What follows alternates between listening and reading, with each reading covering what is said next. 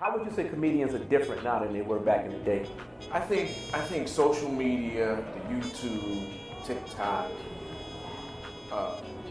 has changed everything because it's changed it, but I have somewhat seen it before. So it happened with Def Jam, where a comedian only needed 7 minutes of material to get famous. Yeah. But that wouldn't work in the club.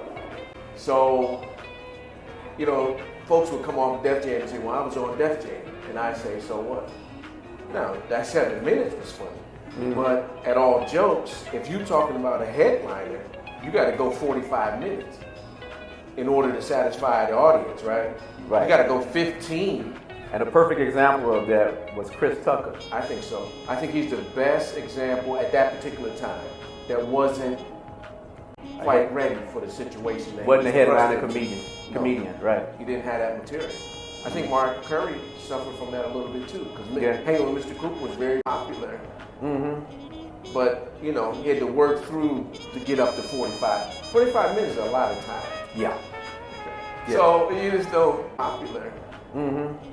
But, you know, he had to work through to get up to 45. 45 minutes is a lot of time. Yeah. So you just don't get, you know what I mean? Right. So that became a difficulty. So I see that with social media. I don't know because I'm sort of just dipping my toes back into the world, but just because you did 7 minutes on YouTube and it got 150,000 likes, I don't know what that means live.